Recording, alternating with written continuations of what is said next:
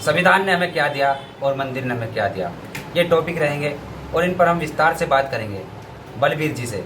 बलवीर जी social media पर काफ़ी छाए रहते हैं और बलवीर जी जैसे एक युवाओं की हमें ज़रूरत भी है, क्योंकि बलवीर जी किताबें पढ़ते हैं तमाम महापुरुषों की, और किताबें पढ़ने के बाद जो ये बातें करते हैं, जो ये बताते हैं, उनसे हम काफ़ी प्रभावित होते हैं और समाज को जागरूक करने का काम बलवीर जी करते हैं। और बलवीर जी से हमारी यही उम्मीद है कि बलवीर जी आए और हर बार हमसे किसी मुद्दे को टॉपिक पर बात करें। जी बलवीर जी।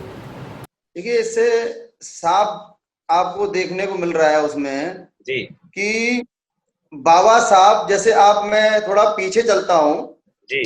तो आप पीछे देखोगे कि इस देश में 85% संख्या जी। जो और से जो अभी पिछड़ी जातियों में आते हैं, ओबीसी में, अनबैकवर्ड और शेड्यूल कास्ट में आते हैं, जिन्हें अभी दलित भी बोलते हैं लोग।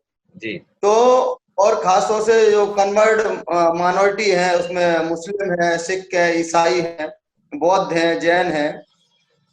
उस समाज को, जब भारतीय संविधान नहीं था हमारा, जब जी। बाबा साहब नहीं थे, उससे पहले समाज की बहुत बुरी स्थिति थी।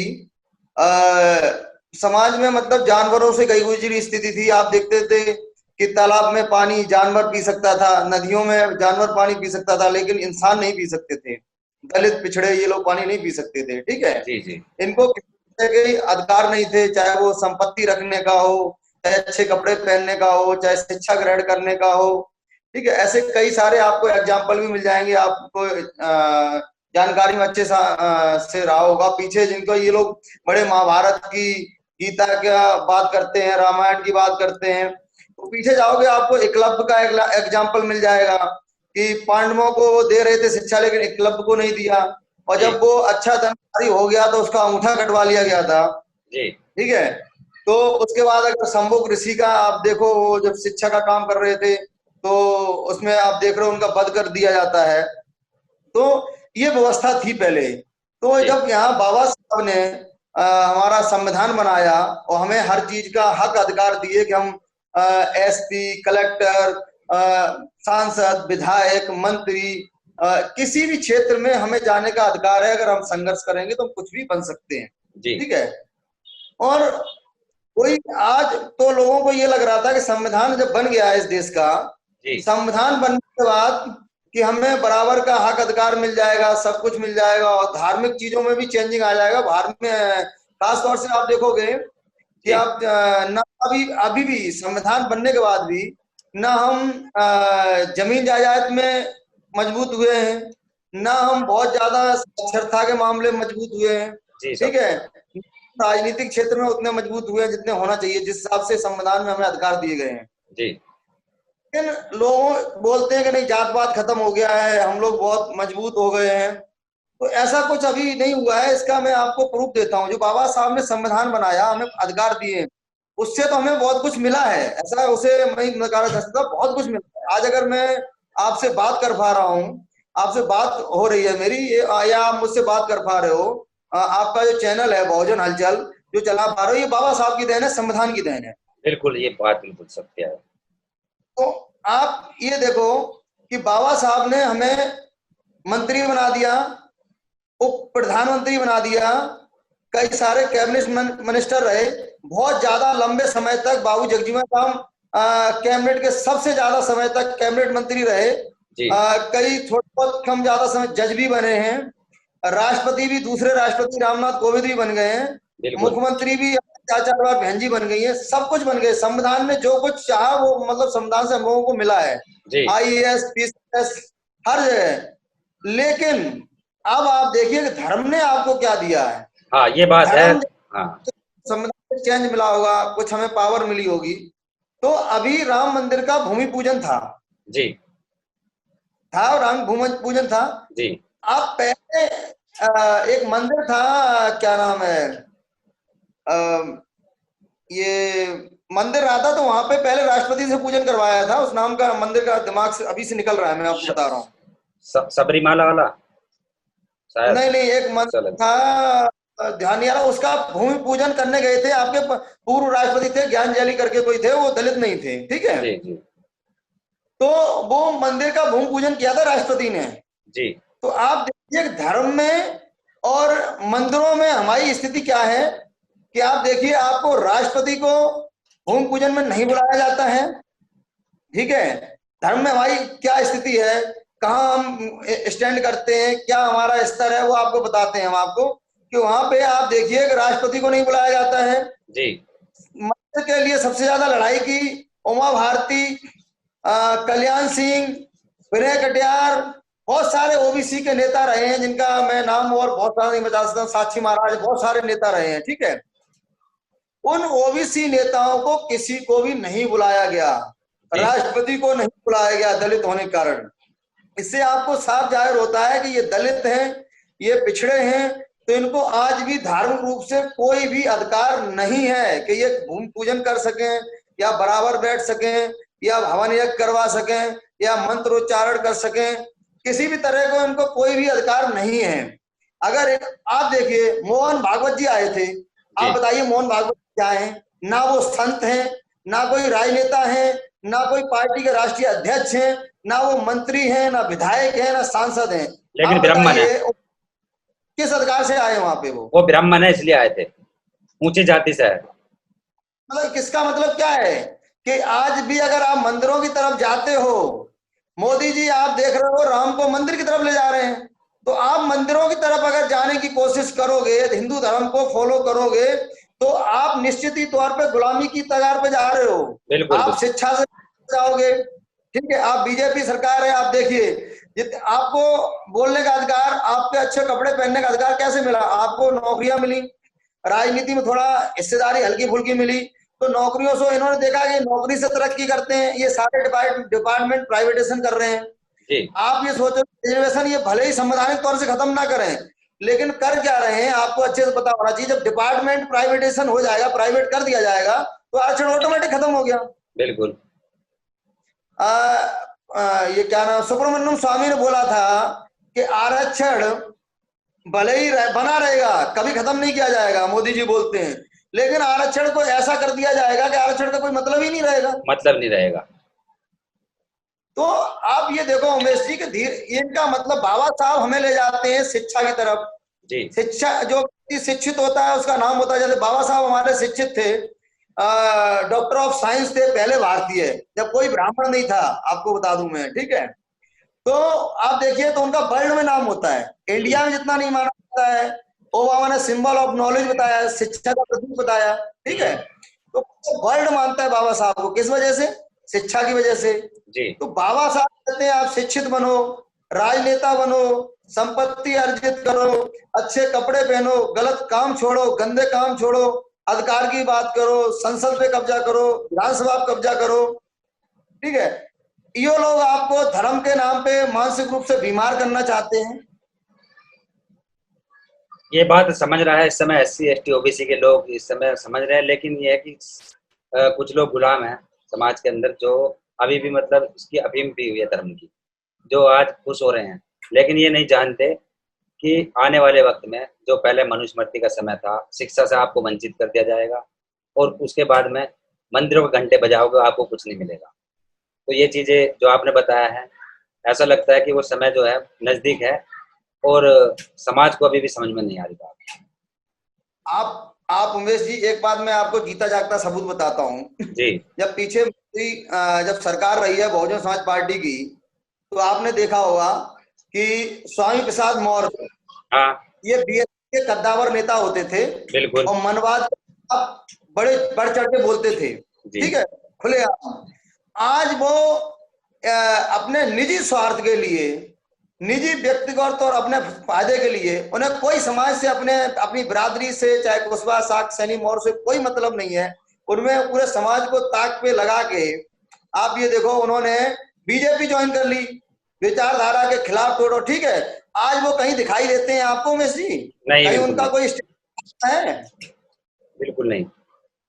इनकी दम है समाज के लिए हक की बात रख लें, बोल रहे बीजेपी में रह के, जबकि इनके तो लेकिन बस हाँ, जबकि यदि हम बात करें इतिहास से, कांग्रेस ने इन्हें मंत्री बनाया, सांसद बनाया, राष्ट्रीय महासचिव बनाया, उसके बाद इनके पास पावर थी अपनी बात रखने का, बोलने का। सरकार जाने के बाद इन्हें नेता विपक्ष बनाया गया, सबसे बड़ी पावर होती है नेता विपक्ष। विपक्ष। नेता विपक्ष राज्य महासचिव विधायक, उसके बावजूद पार्टी छोड़ गए। तो समाज के लोग गलत कर रहे हैं, या फिर आप उससे ज्यादा अचीव कर लो जी। समाज को अधिकार दिलवा दो। अभी आपको पता हो कि जो आईएएस की भर्ती अभी जो रिजल्ट आया है, हाँ उसमें 71 एससी, 71 ओबीसी, हाँ 8 एससी और 3 एसटी, जी 71 ओबीसी, 8 एससी, 3 एसटी के आईएएस ऑफिसर बनने से रोक दिए गए हैं। वो जनरल कैटेगरी में आए हैं, लेकिन ये जनरल कैटेगरी में जाने से रोक रहे हैं। आरक्षण खत्म हो रहा है इसमें इससे। आईएएस आप सोचिए, 8 मतलब 82 आईएएस ऑफिसर का मतलब आप समझते हैं एक जिले का वो मालिक बन जाता है, करोड़ों रुपए का लेन देन पूरी योजना में डीएम के द्वारा। ऐसा कोई डिपार्टमेंट नहीं है जिसमें उसका हस्तक्षेप ना रहता हो डीएम का। तो उस हमें उस तरीके से, हर तरीके से ये सरकार रोकने का काम कर रही है। अगर आप आस्था देखिए, जहां आस्था और धर्म ये संविधान के बिल्कुल खिलाफ है, मैं आपको साफ बता दूं। बिल्कुल। जो व्यक्ति आस्था रखेगा, बहुत ज्यादा आस्थावान, भाग्य पे भरोसा रखेगा, धर्म पे भरोसा करेगा, वो व्यक्ति दलिद्री गरीबी में जाएगा, डूबेगा। ठीक है, आप ये देख लो कि उदित राय सांसद रहे हैं, ठीक है, सावित्रीबाई फुले सांसद रही, अशोक दोहरे सांसद रहे हैं, ठीक है। इन लोगों ने जैसे ही जरा सी कोई बात उठाई, अपनी बात रखी, वैसे ही इनके टिकट काट दिए गए। अशोक दोहरे ने बहुत बड़े जोर पे आवाज उठाई थी, तो उनका टिकट काट दिया गया जी। उदित राज ने जरा सी भी बात, जैसे ही अम्बेडकर बात की, टिकट काट दिया गया। सावित्रीबाई फुले का टिकट काट दिया गया। ये अगर वहां रह सकते हैं तो गुलामी कर सकते हैं। ये अगर समाज की बात करेंगे, समाज के लिए काम करेंगे, वहां सांसद विधायक बन के, तो ये समाज की कुछ नहीं कर सकते, सिर्फ गुलामी के अलावा बीजेपी के यहाँ जी। इस चीज को देखते हो तो बलबीर जी, ये लगता है कि जो आज वक्त चल रहा है, दौर चल रहा है, इसमें जो बीमारी कोरोना नाम की आई थी, इसको जो इनके मुद्दे हैं, असल मुद्दे हैं बेरोजगारी, रोजगार, या कोरोना का जो इलाज था, इस चीज को खत्म करने जो बिहार के अंदर इस समय चुनाव आ रहा है, और उसको भी देखते हुए राम मंदिर का जो ये ढिंडोरा पीट रहे हैं और ये कह रहे हैं कि इससे पूरा देश खुश है, हर देश के जो करोड़ों नागरिक सब खुश है, मतलब थोप रहे हैं एक सभी लोगों पर। देखिए भाई आप सुनो, देखो बलबीर जी, आप खुश हो इस चीज से नहीं हो, अगर अंदर से बात करें हम भी खुश नहीं है, लेकिन ये क्यों कह रहे हैं कि सभी खुश है? सभी को आपने हमारे मन की क्या बात पढ़ ली? हम तो बाबा साहब के संविधान से चलते हैं, और उनके जो संविधान की बताई हुई बातें हैं, शिक्षित बनो, संगठित रहो, संघर्ष करो। तो शिक्षा जरूरी है या मंदिर जरूरी है, घंटा बजाना जरूरी है? इस चीज को देखते हम तो इस चीज से खुश नहीं है, लेकिन सुप्रीम कोर्ट का फैसला था उसको सर्वोपरि मानते हुए हमें सही था कि चलो बनाओ मंदिर। लेकिन ये कैसे कह सकते हो आपकी इस बात से प्रत्येक नागरिक में खुशी है, सब लोगों के जो आस्था जुड़ी हुई है, इस तरीके से मतलब एक जबरदस्ती वाली बात है। देखिए मैं उमेश जी आपको बता दूं जी कि मैं मंदिर से कभी भी खुश नहीं हो सकता, मेरा मंदिर से कोई लेना देना नहीं है। मैं स्पष्ट शब्दों में बता दूंगा आपको, ना कोई भला हो सकता। आज ये कपड़े अच्छे पहन रखे हैं तो ये बाबा साहब का मेरे ऊपर एहसान है। अगर मेरे बाप का भी कोई इस बाप अगर है दुनिया में, मेरे लिए कुछ है, अगर मेरे ऊपर कोई सबसे बड़े अगर एहसान है, ये खून अगर है किसी का, तो वो बाबा साहब भीमराव अम्बेडकर का है। बिल्कुल ठीक है, हमें जो कुछ दिया हमारे लिए मंदिर है तो यूनिवर्सिटी है, कॉलेज है, स्कूल है, जो बाबा साहब की वजह से बने हैं।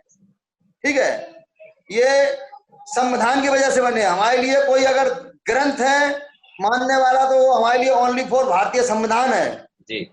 ठीक है, ये सब कुछ जो ड्रामा किया जा रहा है, बीमार किया जा रहा है लोगों को मानसिक रूप से। आपके पास बहुत सारी वीडियो आती होंगी, आपको देखने को मिलता होगा कि उस वीडियो में के वो लोग कहते हुए मिलते हैं कि मुझे ना मकान चाहिए, ना दुकान चाहिए, ना रोटी चाहिए, मुझे तो जय श्री राम का मंदिर चाहिए। हाँ, इस तरीके की आ रही है वीडियो। कौन लोग बोलते हैं मालूम है? जो संपन्न वर्ग के लोग हैं, उन्हें पता है गरीब लोगों को कैसे बीमार किया जाए।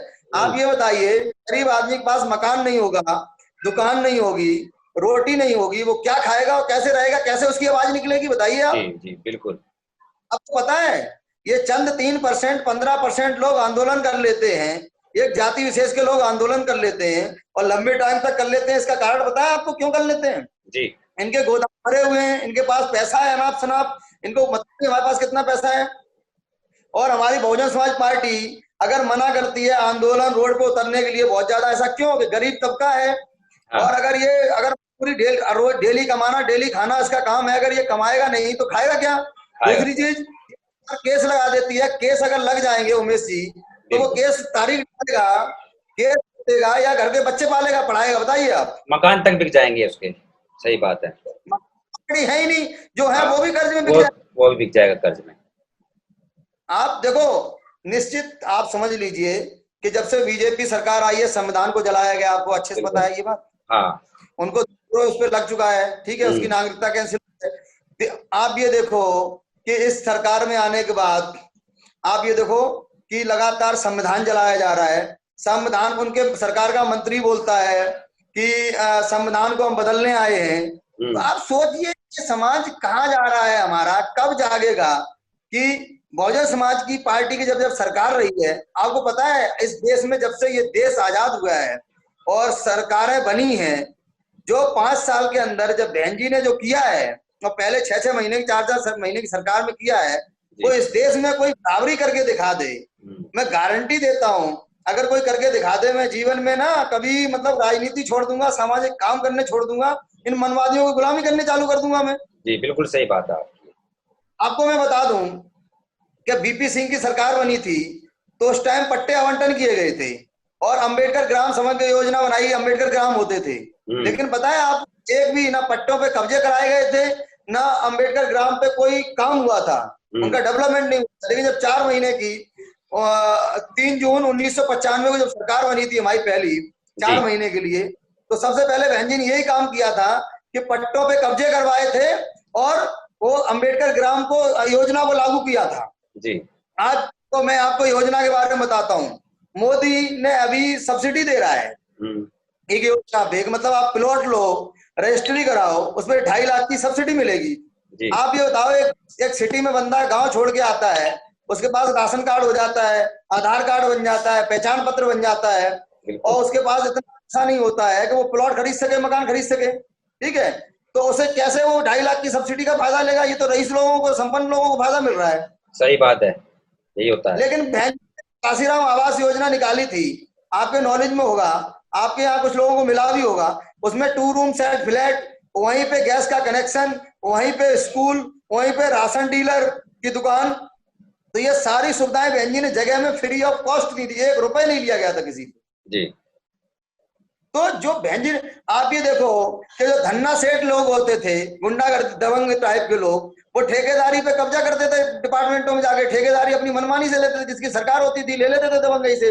बहन जी की सरकार आई, रिजर्वेशन कर दिया बहन जी ने कि दलितों को इतना % आरक्षण रहेगा, इतने % रिजर्वेशन, इतने ठेकेदार 25 लाख तक की ठेकेदारी मिलेगी, तो आपको अपने समाज में आज की डेट में एससी में ठेकेदार मिल जाएंगे आपको जी। तो और क्या यूनिवर्सिटियां बनाई हैं, आपको गिनती नहीं होगी कितने यूनिवर्सिटी, कितने कॉलेज, कितनी तहसील, कितने जिले के गठन किया गया पूरा। अगर कोई सम्राट अशोक के बाद अगर किसी का नाम आएगा बुद्धिज्म का प्रचार करने में, उनमें स्मारक पार्क बनाने में, तो बहन जी का नाम आएगा। मैं आपको बता रहा हूँ किसी ने इतिहास, इसी लोग ये मनपात वाले कौन है। बिल्कुल बिल्कुल। आप ये बात देखो, बहन जी ने जब पार्क बनवाया था तो उसमें 600 करोड़ रुपए लगा था मात्र।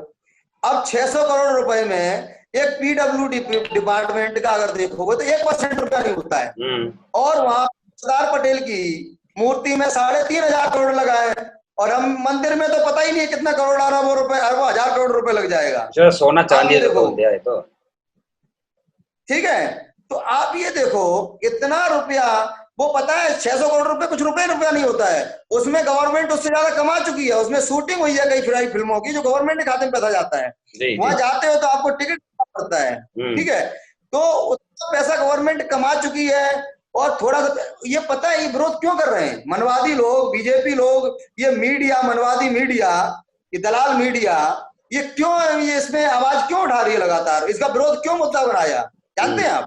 क्यों मुद्दा बनाया? कि इसलिए मुद्दा बनाया गया कि ये इनका इतिहास बन रहा है। आप देखिए मंदिरों से ब्राह्मणों का, मनवादियों का इतिहास बनता है, मेरा क्या इतिहास बनेगा मंदिरों से? मेरा क्या लेना, मेरे पुजारी नहीं है, मेरा कोई वहां शंकराचार्य नहीं है, मेरा क्या संबंध है बताइए मंदिरों से? बिल्कुल बिल्कुल। ठीक है, तो ना, हमारा तो इतिहास बाबा साहब की मूर्तियों से, उनका इतिहास जागृत करने से प्रेरणा मिलती है, हमें वो बनाने से हमारा काम होगा, हमारे स्कूल बनाने से, यूनिवर्सिटी बनाने से भला होगा। ये बहुत अच्छी बात बताई बलवीर जी आपने कि जो मंदिर है, मंदिर से हमारा इतिहास नहीं बनेगा, हमारा इतिहास बनेगा बाबा साहब हमारे महापुरुषों की स्मारकों से।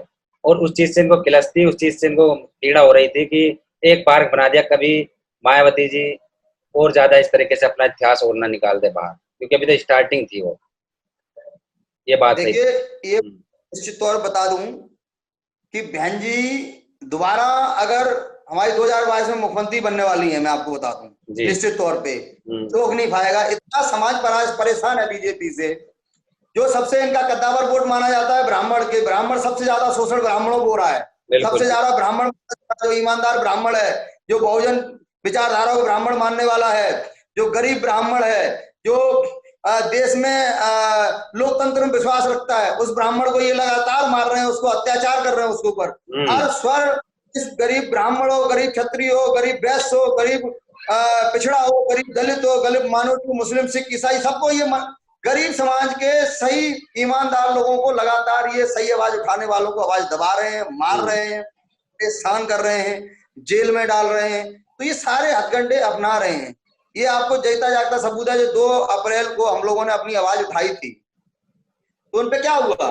हम लोगों को केस लगाया गया, जेल में डाला गया। तो आप ये देख लीजिए कि ये लोग हर तरीके से ये प्रयास कर रहे हैं कैसे हमें कमजोर किया जाए, कैसे हमें नीचे डाउन किया जाए, इनका रोजगार छीना जाए, इन्हें दोबारा गुलामी पे कैसे लाया जाए।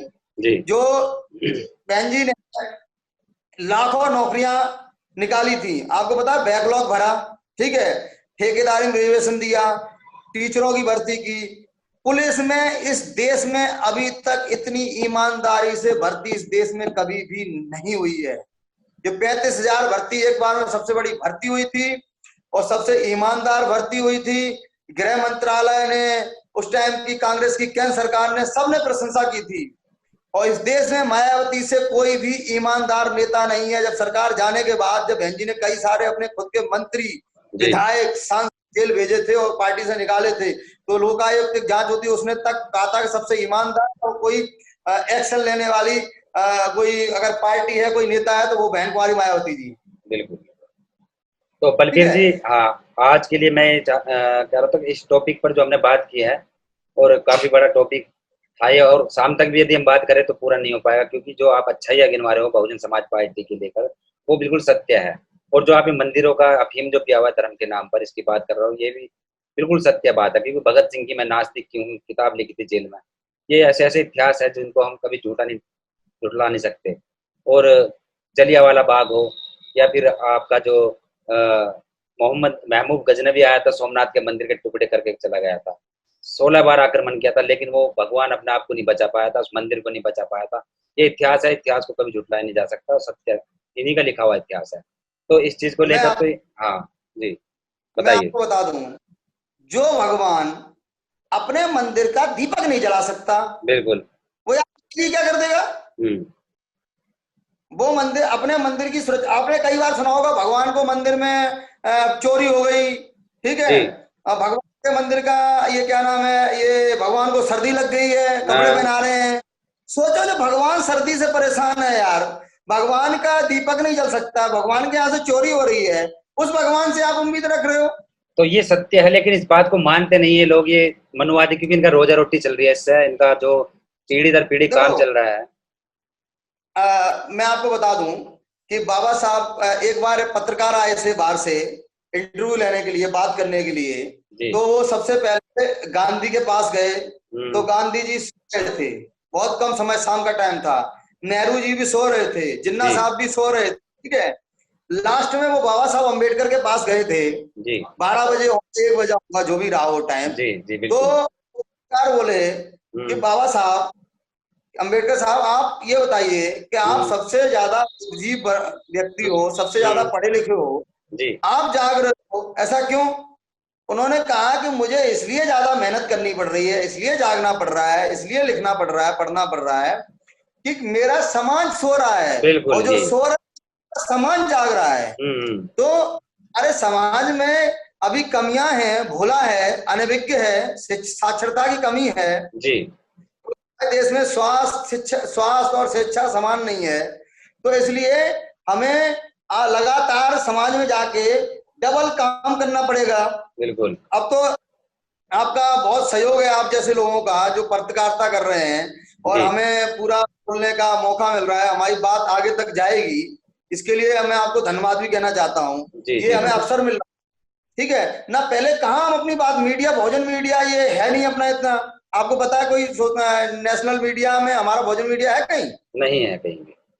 तो आप ये देखो आप कि जब हमारा मीडिया नहीं है, बहुजन समाज पार्टी या हमारे लोगों की बात मीडिया दिखाता ही नहीं है। नहीं दिखाता। मीडिया तो तोड़ के उल्टी सीधी बातें दिखाता है टोटल।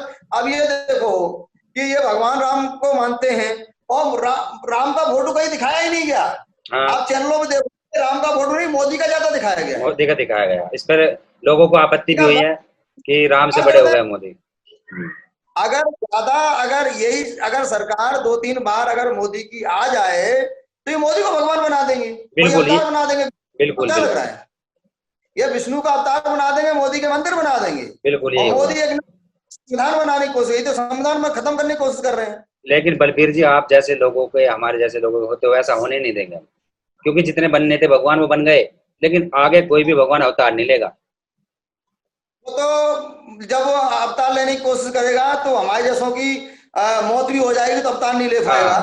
बिल्कुल। ये मैं आपको बता दूं, मोदी बोलता है, योगी बोलता है, जितने सारे मंत्री बोलते हैं कि बाबा साहब को मानता हूं मैं। और योगी बोलता है कि मैं बाबा साहब के बदौलत सब कुछ हूँ, बाबा साहब ना होते संविधान नहीं होता। लेकिन ये बाबा साहब की 22 प्रतिज्ञाएं क्यों नहीं मानता है? बाबा साहब के नहीं मानता है, बाबा साहब की बातें क्यों नहीं मानता है? ये बहुत बड़ी बात कही आपने, बहुत समझने वाली बात है ये बाबा साहब को मानते हो, क्योंकि 22 प्रतिज्ञा वो क्यों नहीं मानते? ये ब्राह्मणों, बाबा साहब मानना है तो बाबा साहब की विचारधारा मानिए, बाबा साहब के रास्ते चलिए, बाबा साहब की संस्कृति मानिए। हिंदू धर्म कहाँ है इस वर्ल्ड में, बताइए आप। बौद्ध धर्म को कम से कम 50 कंट्रियां वर्ल्ड में है, और कई सारे पूरी बौद्धिस्ट कंट्रियां हैं। और आप देखिए देख लीजिए, आप कहां से कहां है, चाइना देख लीजिए, थाईलैंड देख लीजिए, बर्मा देख लीजिए, ये टेक्नोलॉजी में संपन्न कितने आगे हैं। अब बलबीर जी, आपकी इस बात पर मैं एक बात कहना चाहता हूं कि बहुत ऐसे एग्जाम्पल है, उदाहरण बहुत है, जिससे कि सच्चाई सामने आती है। बताया जाता है कि जो चीन है, चाइना, जो आज सभी देशों पर हावी हो रहा है, कि चाइना भारत से 2 साल बाद आजाद हुआ था, और भारत से 2 साल बाद आजाद होने के बाद वो भारत से कितने साल आ गया है? कम से कम बहुत साल आ गया है। और लेकिन क्योंकि वो पाखंडवाद में नहीं है, वो इन कर्म कांडों से बचा हुआ है, साइंस पर आधारित है। और भारत आज भी पाखंडवाद में, इसी वजह से भारत का भला नहीं हो रहा। ये कहते हैं कि पढ़े लिखे लोगों की वजह से भारत विनाश की ओर है, कि आरक्षण की वजह से भारत विनाश की ओर है, ऐसी ऐसी बातें करते हैं। उमेश जी, हंसी आती है कि आप ये देखो, ये विमान बनवाते हैं फ्रांस से, ठीक है, उसका हवन पूजन करते हैं। जब ये हवन पूजन, इनके इतने जो 33 करोड़ देवी देवता हैं जी, अगर उनमें इतनी शक्ति है, इतनी ही पावर है, तो क्यों नहीं इन्होंने यही प्लान बनाए? और क्या जरूरत थी इनको प्लान बनाने की? प्लान कोई भी बनाने का, ये एरोप्लेन, जहाज, ये तो ऐसे ही बना सकते हैं। ये तो पहले ही बहुत बड़े चमत्कारी थे, क्यों नहीं बनाते? ये बाहर क्यों करवाते हैं काम? ये बताइए आप वर्ण व्यवस्था के अकॉर्डिंग जाओगे तो ये कहते हैं कि ब्राह्मण सबसे बड़ा, शिक्षा देने वाला सबसे ज्यादा ब्राह्मण था जी, कि शिक्षा का कार्य, उनसे बड़ा ज्ञानी, उनसे बड़ा पढ़ने वाला कोई नहीं था, ठीक है। ये बताइए फिर बाबा साहब सबसे बड़े बुद्धिजीवी, सबसे बड़े पढ़े इस देश में बाबा साहब ही कैसे हो गए? जिनसे लोग छुआ देते थे, पीने नहीं देते थे। ये अगर पढ़े लिखे होते तो लोग विदेश पढ़ने नहीं जाते, अगर अच्छे बुद्धिमान होते। अमेरिका नहीं पढ़ने जाते लोग, ठीक है। यहाँ से ज्यादा लोग विदेशों में पढ़ने वाले हैं, वहां की शिक्षा नीति अच्छी है, वहां का शिक्षा व्यवस्था बढ़िया है, ठीक है। अगर लड़ने की बात करो, अगर कि क्षत्रिय सबसे ज्यादा लड़ने वाला था, धनुर्धारी था, तो ये देश फिर गुलाम कैसे हो गया? ये बहुत सारे ऐसे सवाल उठते हैं बलबीर जी, जो मतलब आप ये देखो, अगर व्यापारी यहाँ का सबसे ज्यादा बढ़िया अगर अच्छा था व्यापार करने में, तो व्यापार के मामले में चाइना आगे कैसे है हमसे? और शिक्षा के मामले में यदि सरस्वती थी, शिक्षा की देवी, तो शिक्षित लोग क्यों नहीं हुए? शिक्षा की देवी सरस्वती बताते हैं। देखो, शिक्षा की अगर मेरी देवी है तो सावित्रीबाई फुले, बिल्कुल, जिन्होंने महिलाओं को शिक्षा लेना अपराध माना जाता था, पाप माना जाता था, उनके ऊपर गोबर फेंका जाता था, तब उन्हें शिक्षा दी। तो शिक्षा की देवी तो मेरे लिए सावित्रीबाई फुले है। लेकिन अगर सरस्वती अगर शिक्षा की देवी है, तो आप ये बताइए कि फिर शिक्षा सबसे ज्यादा यहाँ क्यों नहीं है? ये शिक्षा ट्रांसफर क्या विदेशों में करती है सरस्वती की? विश्वकर्मा यहाँ पैदा होते हैं और टेक्नोलॉजी में सबसे ज्यादा बताते हैं आविष्कार इन्होंने किया, तो टेक्नोलॉजी में जापान आगे क्यों है? तो बलबीर जी ऐसी ऐसी बातें, ऐसा मतलब ये जो बिल्कुल सत्य की बात है, ऐसी बातों पर हम चर्चा करेंगे बहुत गंभीरता के साथ। अब तो टॉपिक काफी बड़ा हो गया और इस टॉपिक को मतलब हम चाहते हैं कि यहीं एंड करें इसका, क्योंकि टॉपिक बहुत है और आप जैसे बुद्धिजीवी लोगों की जरूरत है, क्योंकि आप काफी किताबें पढ़ते हो, महापुरुषों को पढ़ते हो और आपके अंदर काफी टैलेंट है, काफी ज्ञान है जो हम बात करें आपकी। और अगली बार टॉपिक रहेंगे हमारे, एक तो टॉपिक रहेगा ये जो मेरा अपना विचार है कि आज राम मंदिर की इन्होंने नींव रख दी और ये राम राज्य लाना चाहते हैं। क्या ऐसे में जो भारत के अंदर कमेले हैं और भारत के अंदर जो नॉनवेज है, जो बिरयानी के ठेले हैं, मीट मांस खाते हैं, क्या बंद हो जाएगा या बिकेगा? दूसरा, जो मीट मांस खाने वाले लोग हैं, क्या उन पर पाबंदी लगाओगे? क्योंकि राम राज्य में अगर आप किसी चीज को धर्म से जोड़ते हो, आस्था से जोड़ते हो, तो फिर तो यहाँ पर मांसाहारी लोग नहीं होने चाहिए। जबकि राम को भी बताया जाता है कि हिरन की जरूरत पड़ी थी, हिरन का शिकार करने गए थे, सीता माता ने हिरन मंगाया था। और हिरन किस लिए मंगाएगा कोई आदमी? खाने के लिए। बहुत सारी बातें ऐसी है। तो इस चीज के लिए मैं 2 दिन से विचार कर रहा था कि बिरयानी वाले लोग हैं जो आज रोजगार है, जिनके पास थोड़ा बहुत कमेले चल रहे हैं, उनमें हिंदू भी है, मुस्लिम भी है, बहुजन समाज के भी कुछ लोग हैं, ओबीसी बिरादरी के। क्या इनके रोजगार पर फर्क पड़ेगा या चलता रहेगा? इस बात पर हम टॉपिक पर भी बात करेंगे कुछ अगली बार। ये अच्छा लंबा विषय है। आपका बहुत बहुत धन्यवाद। इस पे हम बेवाक अच्छे से अपनी बात रखेंगे जी। और विस्तार से आपको हम बताएंगे इन चीजों पे कि क्या क्या कैसे हो सकता है। ये कुछ नहीं कर सकते, सारा कुछ रहेगा। और लास्ट में कहना चाहूंगा कि अपनी सरकार हमारी आएगी और हम सरकार बनाएंगे, और जो ये प्राकृतिक चक्र है, प्रकृति जैसे चलती है वैसे ही हम चलेंगे, उसी तरीके से हम काम करेंगे, संविधान के अकॉर्डिंग चलेंगे। और आपने मुझे बुलाया, अपनी मुझे बात रखने का मौका दिया, इसके लिए उमेश जी आपको बहुत बहुत धन्यवाद। जय भीम, नमो बुद्धाय। अगर आप चाहते हैं गरीब हर वंचित इंसान की आवाज आप तक पहुंचे तो हमारे चैनल को सब्सक्राइब करें और बेल आइकन का बटन दबाना ना भूलें। देखते रहिए बहुजन हलचल न्यूज।